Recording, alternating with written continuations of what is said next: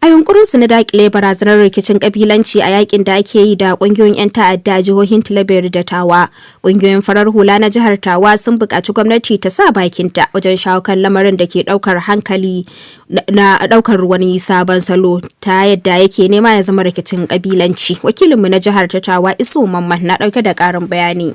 A cikin 'yan watannin baya-bayan nan dai ana samun hare-hare da ke daɗa karuwa daga kungiyoyin 'yan ta'adda a yankunan Talabiyar da Tawa, inda ake samun asarar rayuka da dama daga cikin fararen hula waɗanda ba san hawa balle sauka. Sai dai kuma wannan ya janyo mazauna yankunan ɗaukar makamai domin kare kansu, inda sau tari abun ke kama da ramuwar gayya wanda ke kai wasu kabilun ƙasar na farautar juna, abin da ya kai kungiyoyin fararen hula na jihar Tawa kira ga gwamnati ta tsawata tun lamarin bai yi kamari ba, a cewar Hassan Bako na haɗin gwiwar kungiyoyin fararen hula na jihar Tawa wato KOD a wani zama na musamman da suka yi. Mu ne dai muka haɗu tare da kungiyoyin makiyaya da manoma muka yi nazari menene ya kamata mu yi don abun da muka hange da shi samu. Muka ce ya kamata mu yi kira a yi wani abu da ake ce ma dialogue intercommunautaire, kamar al'umma za su haɗuwa kabila dangance da matsalar da muke ciki, mu dibi juna mu hiddo matsalolin mi an mahita. Yau abun da muke gani rishin doka, gwamnati ya saki aikin da an nashi. To su ma dai kungiyoyin makiyaya waɗanda su ne abun ya fi shafuwa a cikin dazuka sun nuna damuwarsu matuƙa ga yanayin da suka fada, kamar yadda Ahmed Ibrahim na kungiyar makiyaya ta Amfen ke cewa. Abin ya fara ba mu tsoro, ko da ma yana ba mu tsoro, amma yanzu ya zo wurin da ya yi ba mu tsoro.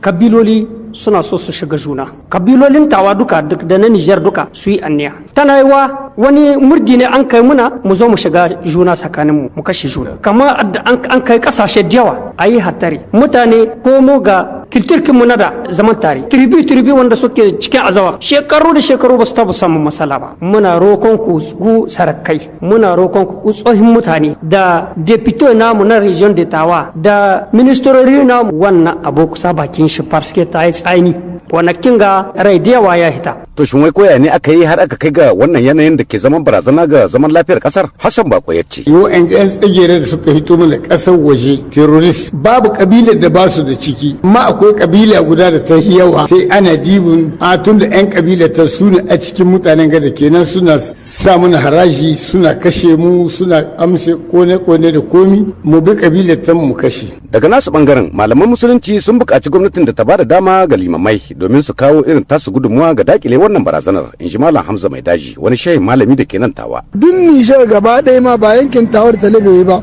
inda liman zai hudu ba a samu wata ɗaya ana yin ta kan kabilanci bai da kyau. Wannan hankali al'umma zai dawo, in baka yarda da kyau wani malami ba ka yarda da wani malami. Kuma za shi iya yin tasiri waɗannan kira-kiran a masallatin ne? Sosai ma, kana hudu ba gaban mutum 1000, wani mutum 500, wani mutum 300. Shin ma dai da wuya a samu liman zababbe wani zai wasu mutum 300 baya ne, sai su isuwa ga waɗansu. To ila kulli hali dai akwai dai buƙatar gwamnatin ƙasar ta ɗau ƙwararren matakan na gaugawa, in ji Hassan Bako na haɗin gwiwar ƙungiyoyin fararen hula na KOD.